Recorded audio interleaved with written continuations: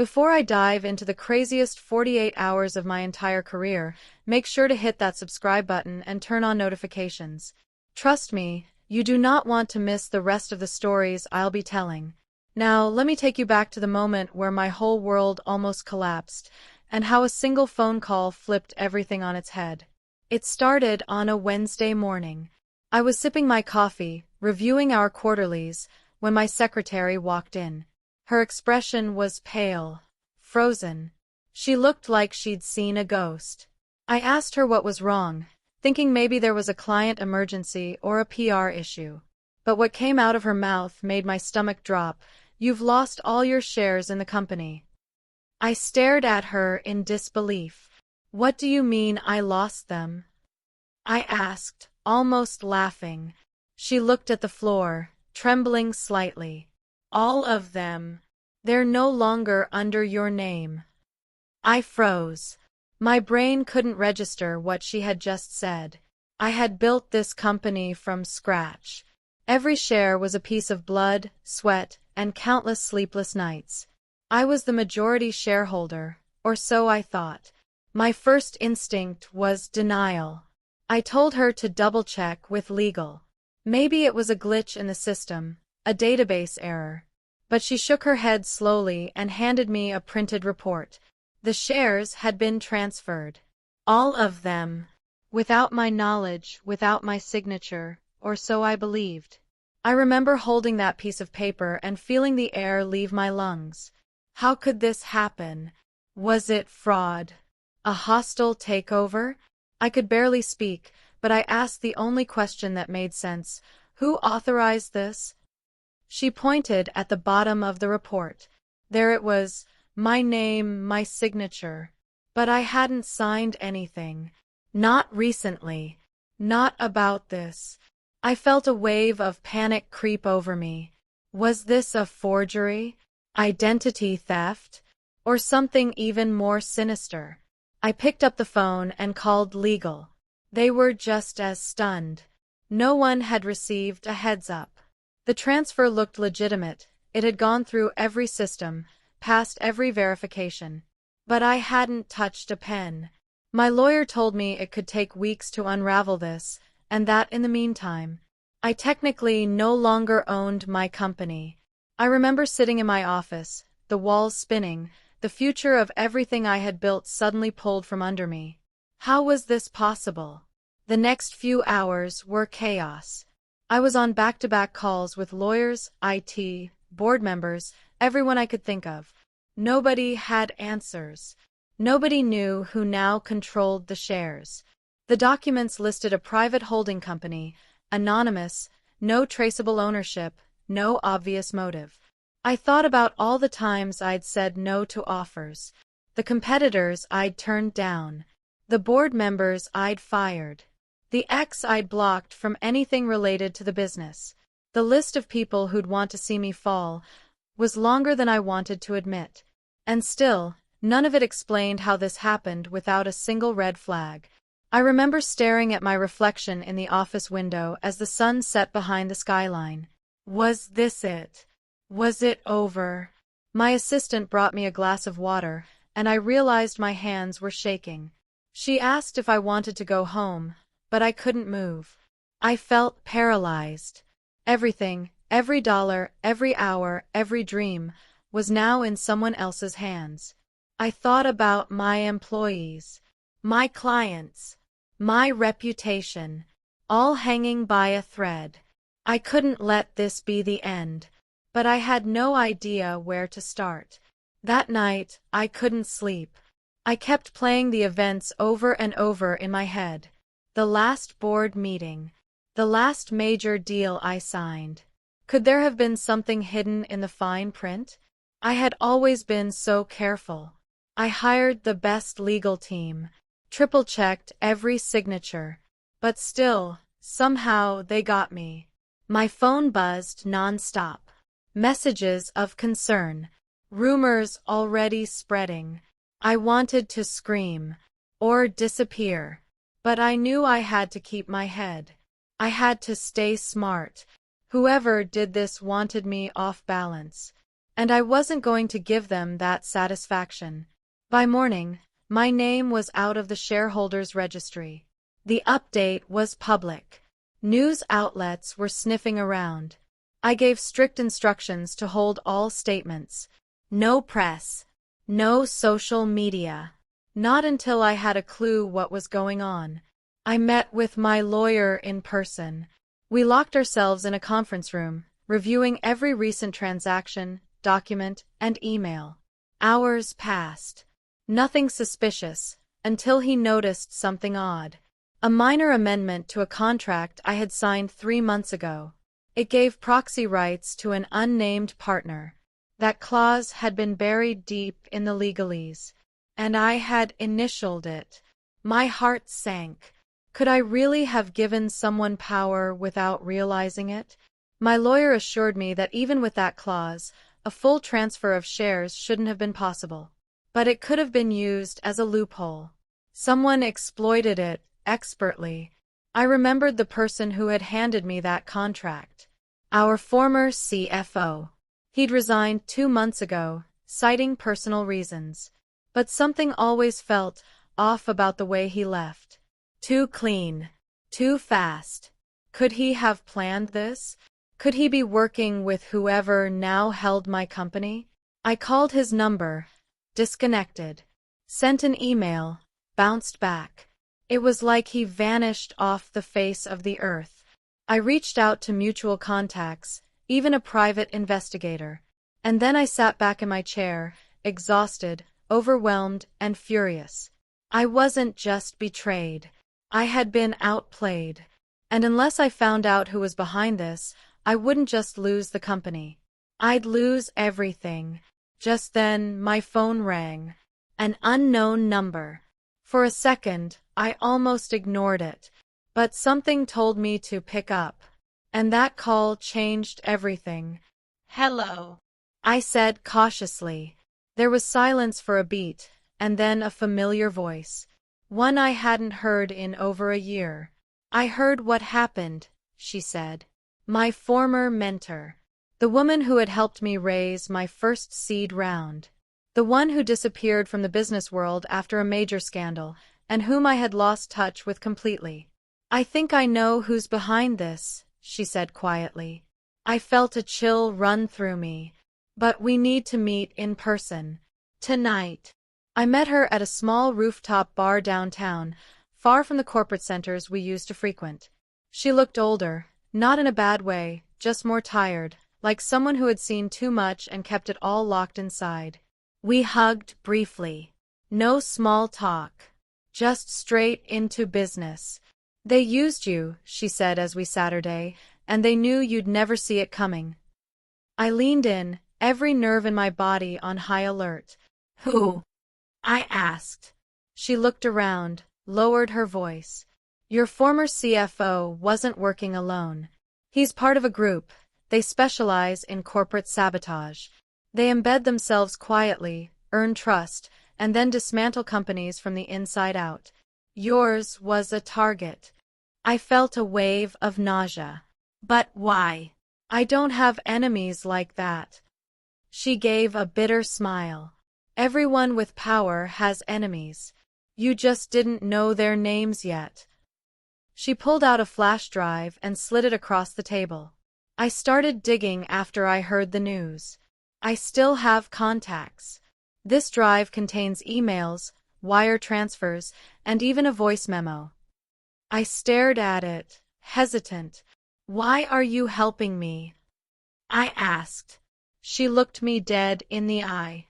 "Because I know what it's like to lose everything to people who smile in your face while stabbing you in the back." Her tone was sharp, cold. I nodded slowly. "Is this enough to reverse the transfer?" She shook her head. "No. But it's enough to scare them. Enough to make them nervous. You need to push the right domino and make the whole thing collapse." I clenched the flash drive in my hand, trying to stay calm. "And where do I start?" She told me to follow the money. These things always trace back to greed. Someone profited from your downfall. Find out who. I went home that night with my mind racing. I didn't sleep. Instead, I plugged the flash drive into a secure laptop and opened the files. My heart pounded with every folder. There were emails between my CFO and someone using only initials, JT. They discussed the share transfer, talked about dates, systems access, and even hinted at bribing someone in legal. Then there were bank records, offshore accounts, large deposits from shell companies. This wasn't just theft. It was an orchestrated hit on my business. A takedown. And someone very powerful was behind it.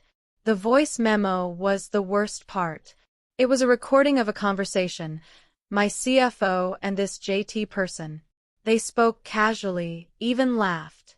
"She'll never see it coming," one said. Too busy being the face of the brand to notice what's happening behind the curtain. The words hit me like a punch in the gut. That had always been my strength, building relationships, selling vision. I had left operations to people I trusted. And now, that trust had nearly destroyed me. But I wasn't done yet. If they thought I'd walk away quietly, they didn't know me at all. The next morning, I called my lawyer and told him everything. I sent him the flash drive. He was silent for a long time before finally saying, "This could work. But it's risky." I didn't care. I was ready to burn the whole house down if it meant getting back what was mine.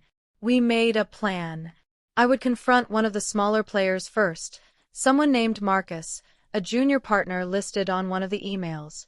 He wasn't high up in the scheme, but he knew enough. We scheduled a meeting under the pretense of discussing consulting opportunities. He showed up smiling, clueless, until I played the memo. His face went white. He denied everything at first, tried to pretend it was a joke, taken out of context. But when I showed him the bank records and email chains, the facade crumbled. "I was just following orders," he whispered. "I didn't even know the full plan." I pressed him. Who was JT? Who else was involved? He hesitated, sweating. Then finally, he said a name I never expected, James Townsend. A former investor, one I had cut out years ago for unethical practices. He had threatened to sue, had called me a fraud in private circles. But I never thought he'd go this far. Now it all made sense. Townsend had always resented me. I beat him to a major acquisition, stole top talent from his firm, and refused to let him back in after he publicly insulted me. He was old money, used to getting what he wanted. And when I said no, he waited, planned, plotted. And now, he had succeeded in taking what I'd built. At least, temporarily. With his name, my lawyer started digging deeper. We found more links, real estate deals, stock trades, even shell companies that traced back to his family trust. It was like pulling a thread and watching the whole sweater unravel. The more we found, the more dangerous it got. One of my lawyer's contacts warned us, "You're stepping into a world that doesn't play fair." But I didn't care. I wasn't just trying to win anymore. I wanted justice. I wanted the truth out in the open. So we prepared our move, a legal injunction paired with a media strategy. I would go public. Not as a victim, but as a CEO reclaiming what was stolen. The press release was brutal, clear, and backed by evidence. It would hit the news the next morning. And I knew, once it dropped, there was no going back. That night, I sat in my office again, the same seat where I had first heard the words, "You've lost all the company's shares." But this time, I wasn't broken. I wasn't scared. I was ready. I wrote a personal statement, not for investors or media, but for my team.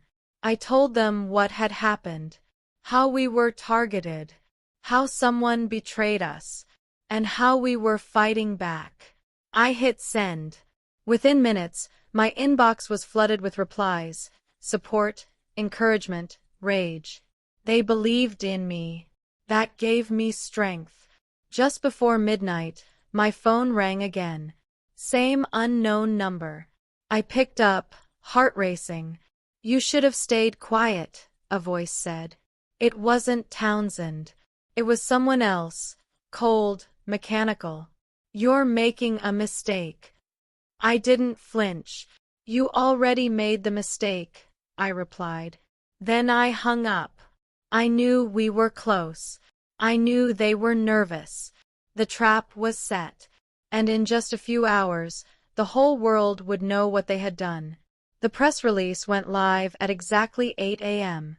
Within minutes, it was trending. Business Insider, Forbes. Even mainstream news picked it up. Headlines read, CEO claims shares stolen in hostile takeover scheme. The evidence we provided was overwhelming. Screenshots of bank transfers, encrypted emails, voice recordings, all of it published. My inbox exploded. Journalists, lawyers, shareholders, even former partners wanted interviews. Some congratulated me.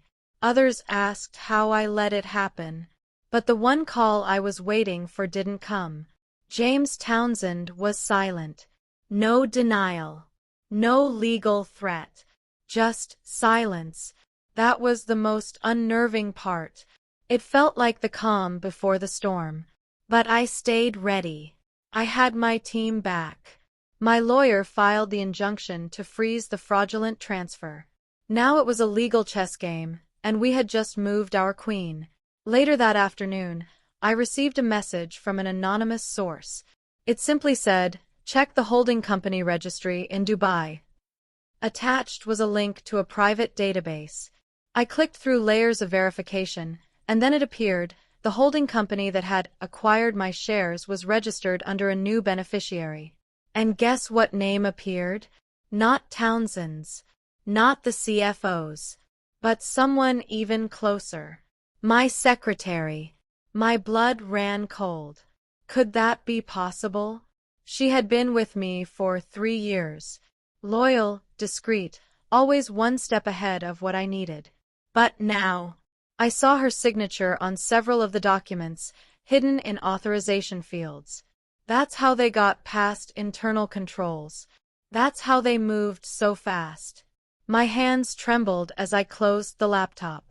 I didn't want to believe it, but deep down, I had missed something hiding in plain sight. I asked my lawyer to discreetly investigate her. No accusations, just observation. Within hours, he found more private communications with Townsend, encrypted messages routed through VPNs, even scheduled payments to an offshore account linked to her family. She had played the long game, pretended to be the innocent messenger when she told me I'd lost everything, when in fact, she was the one holding the knife. I felt betrayal like I'd never known. It wasn't just about money. It was about trust. She had sat outside my office every day, watched me break down, watched me fight, and said nothing.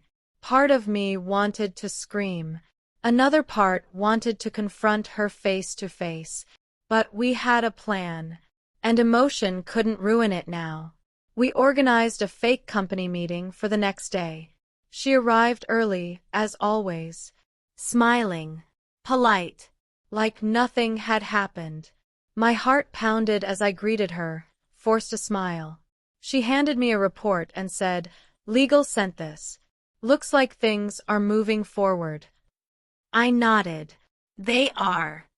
What she didn't know was that a forensic accountant and 2 private investigators were in the room next door, listening. My lawyer entered the conference room and casually slid a folder in front of her. "We'd like you to take a look at this," he said. She opened it, and her face changed. Not panic. Not shock. Just cold calculation. She looked up and said, "You've been busy." That's when I knew she wasn't sorry. Not even close. I kept my composure. "Why?" I asked. Her answer chilled me. "Because you never saw me." I blinked. "What are you talking about?" She leaned back in her chair. "I did everything. Ran your calendar. Managed your chaos. Covered your mistakes. But I was always just the assistant to you. I knew this company inside out, more than some of your partners, and yet I was invisible. I couldn't believe what I was hearing. So, you betrayed me? She shrugged. I didn't steal anything. I took what I deserved. My lawyer interrupted, calmly. You're under investigation for corporate fraud, international asset theft, and conspiracy. You should get an attorney. She smiled. Already have one. Then she stood up and walked out, escorted by security. Just like that. The days that followed were a blur. News spread fast. My team was in shock. Some people defended her, saying she'd always been kind. Others felt deceived, foolish. I focused on rebuilding. We had a temporary court order reversing the share transfer, pending full investigation. I was back on paper, officially. But that didn't mean it was over. Townsend still hadn't responded. My CFO was missing, and more names kept popping up. It was a spider web, and I was only now starting to see how deep it went. But I wasn't the same woman from a week ago. I wasn't afraid anymore. I had walked through fire, and I was still standing. Then, 5 days later, the final twist came. I received a handwritten letter. No sender. No return address. Just my name, written in perfect calligraphy. Inside was a single sheet of paper. On it, a list of names. At the top, Townsend. Beneath him, my former CFO. Then 2 other names I didn't recognize. And at the very bottom, mine. Next to it, in red ink, someone had written, "The game isn't over. You're just the next move." I stared at the letter for a long time. My lawyer said it could be a scare tactic, a bluff. But I knew better. This wasn't just about my company anymore. This was bigger. We increased security, hired digital forensics to monitor our systems. The board reinstated me officially, but with a condition: transparency. Every decision I made would be reviewed. I agreed without hesitation. I had nothing to hide. What I didn't expect was the wave of public support. Other CEOs, especially women, reached out. They shared their stories, their fears, their warnings. I realized I wasn't alone.